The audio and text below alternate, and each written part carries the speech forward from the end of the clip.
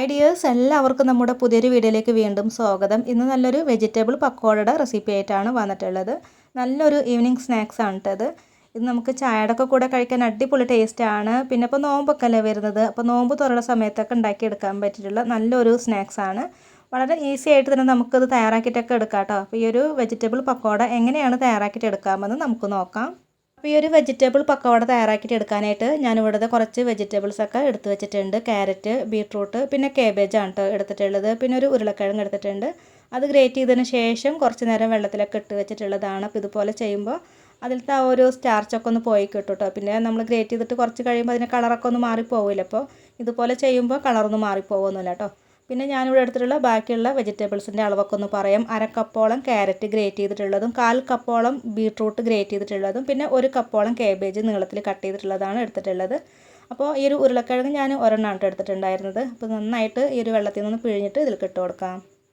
പിന്നെ ഞാൻ ഈ ഒരു വെജിറ്റബിൾസൊക്കെ വേറൊരു ബൗളിലേക്കൊന്ന് മാറ്റി കൊടുക്കുന്നുണ്ട്. ഇതിലേക്ക് നമ്മൾ വേറെയും കുറച്ച് സാധനങ്ങളൊക്കെ ചേർത്ത് കൊടുക്കാനൊക്കെ ഉണ്ട് കേട്ടോ. അപ്പോൾ ഈ ഒരു പാത്രം തികയാണ്ട് വന്നപ്പോഴാണ് ഇതിലേക്ക് ഇട്ട് കൊടുത്തിട്ടുള്ളത്. അപ്പോൾ ഞാനിവിടെ 2 സവാള നന്നായിട്ട് കനം കുറച്ചിട്ട് കട്ട് ചെയ്തിട്ടുള്ളതാണ് ഇതിലേക്ക് ഇട്ട് കൊടുത്തിട്ടുള്ളത്. പിന്നെ വേണ്ടത് ഒരു പച്ചമുളക് കട്ട് ചെയ്തിട്ടുള്ളതാണ്. ഇത് ചെറുതാക്കിയിട്ട് തന്നെ വേണം കേട്ടോ കട്ട് ചെയ്തിട്ട് എടുക്കാനായിട്ട്. പിന്നെ നമുക്കിതിലോട്ട് ഒരു 1/4 ടീസ്പൂൺ അളവിൽ ചെറിയ ജീരകം ചേർത്ത് കൊടുക്കാം.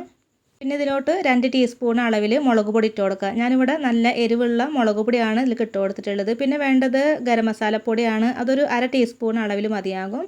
അതേ അളവിൽ തന്നെ 1/2 ടീസ്പൂൺ അളവിൽ മഞ്ഞൾപ്പൊടി ഇട്ട് കൊടുക്കാം. പിന്നെ 1/2 ടീസ്പൂൺ അളവിൽ തന്നെ കായം പൊടിയാണ് ഇട്ട് കൊടുത്തിട്ടുള്ളത്. ഈ പൊടികളൊക്കെ ഇട്ട് കൊടുത്ത് കഴിഞ്ഞാൽ പിന്നെ ഇതിലോട്ട് നമുക്ക് ഇഞ്ചി വെളുത്തുള്ളി ചതച്ചത് കൂടെ ചേർത്ത് കൊടുക്കാം.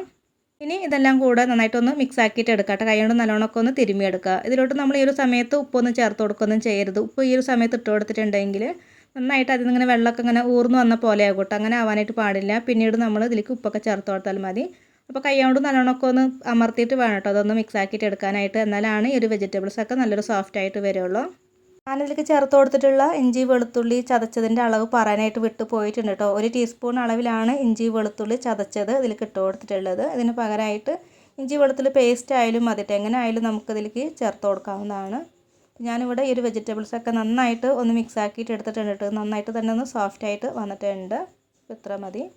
ഇതിലോട്ട് ഞാൻ ഒരു 1/4 കപ്പ് അളവിൽ കടലമാവാണ് ഇട്ട് കൊടുക്കുന്നത്. ഇതിൻ്റെ കൂടെ തന്നെ 1/2 കപ്പ് അളവിൽ അരിപ്പൊടി കൂടെ ചേർത്ത് കൊടുക്കുക. ഞാനിവിടെ വറുത്ത അരിപ്പൊടിയാണ് ഇട്ട് കൊടുത്തിട്ടുള്ളത്. പിന്നെ വേണ്ടത് മൈദയാണ്. മൈദ ഞാനിവിടെ ഒരു 1/4 കപ്പ് അളവിലാണ് ചേർത്ത് കൊടുക്കുന്നത്. പിന്നെ ഉപ്പ്, പാകത്തിനുള്ള ഉപ്പ് കൂടെ ചേർത്ത് കൊടുക്കുക. അതിന് ശേഷം പിന്നെ ഇതിലോട്ട് ഒരല്പം ഓയിൽ കൂടെ ഒഴിച്ച് കൊടുക്കുക. ഓയിലൊക്കെ ഒഴിച്ച് കൊടുത്തിട്ടുണ്ടെങ്കിൽ ഈ ഒരു സ്നാക്സ് നല്ല ക്രിസ്പി ആയിട്ട് ഉണ്ടാവും കേട്ടോ. ഇനി ഇത് നന്നായിട്ട് കൈ കൊണ്ടൊന്ന് മിക്സ് ആക്കിയിട്ട് എടുക്കാം, ഒന്ന് കുഴച്ചെടുക്കാം. ഇതിലോട്ട് ഒരു തുള്ളി പോലും വെള്ളം ചേർക്കാതെയാണ് കേട്ടോ ഞാനിവിടെ ഇത് കുഴച്ചെടുക്കണത്. ഇത് നല്ലോണമൊക്കെ ഒന്ന് അമർത്തി കുഴച്ചെടുക്കുമ്പോഴേക്കും ഈ ഒരു പൊടിയൊക്കെ നന്നായിട്ട് ഇങ്ങനെ നനഞ്ഞ് കിട്ടും കേട്ടോ. പിന്നെ നല്ല ഡ്രൈ ആയിട്ടൊക്കെ തോന്നുകയാണെങ്കിൽ മാത്രം ഒരല്പം വെള്ളം 1-2 ടീസ്പൂൺ അളവിൽ വെള്ളം ഇങ്ങനെ തളിച്ച് കൊടുത്തിട്ട് ഒന്ന് കുഴച്ചെടുത്താൽ മതി.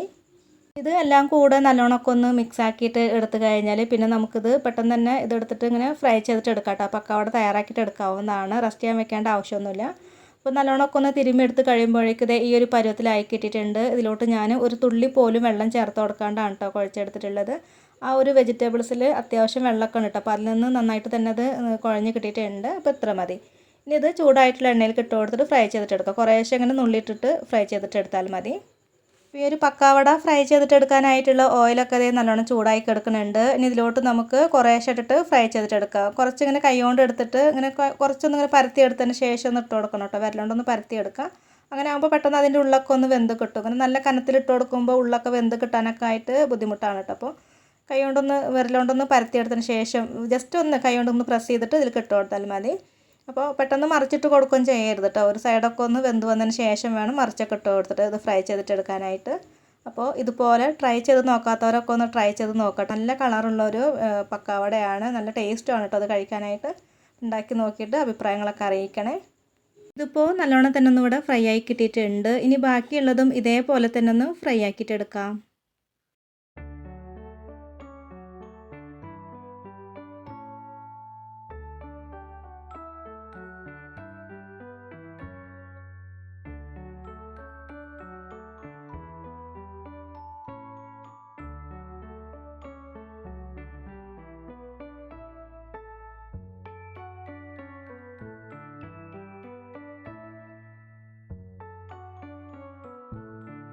അപ്പോൾ നമ്മുടെ വളരെ ടേസ്റ്റി ആയിട്ടുള്ള ഈ ഒരു വെജിറ്റബിൾ പക്കാവട ഇവിടെ റെഡി ആയിട്ട് വന്നിട്ടുണ്ട്. നല്ല ക്രിസ്പിയും നല്ല ടേസ്റ്റി ആയിട്ടുള്ളൊരു പക്കാവടയാണ്.